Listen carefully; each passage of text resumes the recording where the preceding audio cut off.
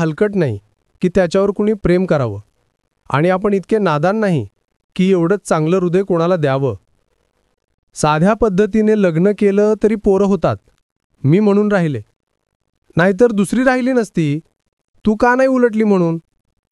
कुठे त्यानं दुसरी केली असती? मंडळी, तुम्हाला समजलेच असेल मी कोणाबद्दल बोलतोय. अर्थात आपण बोलतोय निवृत्ती महाराज इंदुरीकर देशमुख. आगळ्या वेगळ्या कीर्तनशैलीतून महाराष्ट्रभर चर्चेत असणारे इंदुरीकर महाराज देशमुख यांच्या मुलीचा नुकताच साखरपुडा म्हणजेच एंगेजमेंट पार पडली. पण मंडळी, नेते मंडळी आणि लाखोंचा खर्च यामुळे या महाराजांच्या पोरीचा साखरपुडा मात्र आता चांगलंच चर्चेत आल्याचं दिसून आलंय. मग हा जो चर्चा होतोय तो नेमका कशाचा आहे आणि ते नेमकं काय आहे ते आपण जाणून घेऊया या व्हिडिओच्या माध्यमातून. नमस्कार, मी कुणाल पाटील. नेमका मुद्दा काय? मंडळी, इंदुरीकर महाराज मूळ नाव निवृत्ती काशीनाथ इंदुरीकर देशमुख, महाराष्ट्रातले एक प्रसिद्ध कीर्तनकार आणि समाज प्रबोधनकार. एवढेच नाही तर विज्ञानाचं शिक्षकसुद्धा बरं का. जन्म 30 जानेवारी 1848. मात्र आपल्या नगर जिल्ह्यातल्या अकोले तालुक्यातील इंदोरी त्यांचं गाव. इंदुरीकर महाराज अगोदर शिक्षक म्हणून काम करायचे, पण पुढे कीर्तन क्षेत्रात आवड निर्माण झाली आणि ते एक चांगले वक्ते, त्याचबरोबर कीर्तनकारही झाले. इंदुरीकर गावात राहत असल्यामुळे त्यांचं इंदुरीकर असं नाव पडलं. असं म्हणतात ते त्यांच्या कीर्तनातून शेतकऱ्यांची स्थिती, लग्न घरात होणारी सासूसुनेची भांडणं आणि सामाजिक समस्यांवर आपल्या विनोदी शैलीच्या माध्यमातून कीर्तनातून समाजप्रबोधन करताना दिसतात. एवढेच नाही तर अकोलेमध्ये त्यांनी त्यांच्या स्वतःच्या शिक्षण संस्था देखील उघडल्यात.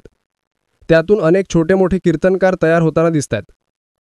सध्याचे जे फोटो आणि व्हिडिओ व्हायरल होत आहेत त्यातून इंदुरीकर महाराज यांची मुलगी ज्ञानेश्वर देशमुख आणि साहिलची त्यांचा संगमनेर येथील वसंत लॉन्स इथं नुकताच साखरपुडा झाल्याचं दिसून आलंय. या सोहळ्याला अनेक राजकीय पुढारी, काँग्रेस नेते बाळासाहेब थोरात यांच्यासह अनेक मान्यवर उपस्थित होते. साहिल हे बांधकाम व्यावसायिक असल्याचे आता सध्या माहिती समोर येते. त्यांचा मुंबईमध्ये मोठा व्यवसाय सुद्धा आहे. समोर आलेल्या माहितीनुसार इंदुरीकर यांचे जावई हे पुणे जिल्ह्यातल्या जुन्नरमध्ये राहणार आहेत. ते उच्च शिक्षित असून गावाकडे त्यांची मोठी बागायत शेतीसुद्धा आहे. पण इंदुरीकर यांनी आपल्या लेकीच्या लग्नात मात्र लाखोंचा खर्च केल्याचं दिसतंय. एवढ्या थाटात साखरपुडा केल्यामुळे इंदुरीकर महाराज यांच्यावर मुंबई डबेवाला संघटनेने सध्या टीका केली आहे.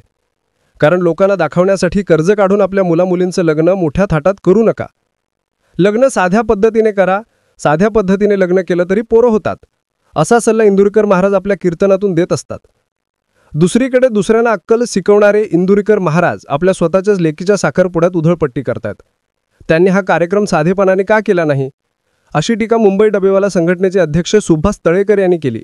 मुंबई डबेवाला संघटनेचे अध्यक्ष सुभाष तळेकर इंदुरीकर महाराजांवर टीका करताना म्हणाले की बोले तैसा चाले त्याची वंदावी पाहुले. या ओळीप्रमाणे जर निवृत्ती महाराज इंदुरीकर वागले असते तर त्यांनी मुलीचा अतिशय साध्या पद्धतीने साखरपुडा करून समाजापुढे एक आदर्श निर्माण केला असता. समाजाला कीर्तनातून उपदेश करताना आपण बोलत आहे, पण खऱ्या मात्र जीवनात वेगळंच वागतात, याचा खेद वारकरी संप्रदायाला आहे. निवृत्ती महाराज त्यांच्या उपदेशाप्रमाणे वागले असते तर संप्रदायाला नक्कीच अभिमान वाटला असता. या कार्यक्रमाबाबत इंदुरीकर महाराजांनी स्पष्टीकरण दिलं की मला माहीत होतं अशी टीका माझ्यावर होणार. 20 वर्ष लोकांनी नावं ठेवली, तेच सहन करत आलोय. गाय वासरालासाठी दूध देते, पण तिचा उपयोग मात्र सगळ्यांना होतो. तसंच तुम्ही तुमचं लेकरू म्हणून सगळ्यांचं कौतुक करण्यापेक्षा तुम्ही सगळेच वेळ काढून उपस्थित राहिलात म्हणून मी आभार मानतो. पण आता इथून पुढे विशिष्ट व्यक्तीचा सत्कार करायचा नाही, असा बदल करायचा ठरवलाय. करायचा तर सगळ्यांचा, नाही तर एकाचाही नाही. एवढ्या मोठ्या पद्धतीने साखरपुडा हा तुम्हाला दाखवण्यासाठी केला की आपण बदल करू शकतो, बदल करण्याची ताकद आपल्यामध्ये आहे. तसेच आपण 96 कुळी महाराष्ट्रीयन आहोत म्हणून जेवण महाराष्ट्रीयन पद्धतीने ठेवलंय. चायनीज वगैरे आपल्याकडे चालणार नाही. त्याच्यासाठी पाहुणे मंडळींसोबत 8 दिवस वाद केला, पण जेवण महाराष्ट्रीयन नचच ठेवलं. जेवण वाढण्याचा ड्रेससुद्धा वारकरी सारखा ठेवला. सगळ्यांना समान वागणूक दिली. सगळ्यात महत्त्वाचं म्हणजे खुर्ची नाही, फक्त ज्याला आजार आहे त्यांनी खुर्चीवर बसायचं. वारकरी संप्रदायानं जगाला एकता आणि संघटन कौशल्य शिकवलं. कोणाला कमी पाहिलं नाही, कोणाची स्तुती पण केली नाही, कोणाची निंदा पण केली नाही. मी शेतकऱ्याचा पोरगा आहे आणि लोकांच्या आशीर्वादाने इथपर्यंत पोहोचलो आहे. पण एवढं सगळं करूनही तुम्हाला नावं ठेवायची असतील तर ठेवा, पण आपल्या माणसांसाठी ही काळाची गरज आहे, असं सुद्धा इंदुरीकर महाराज स्पष्टीकरण देताना म्हणाले.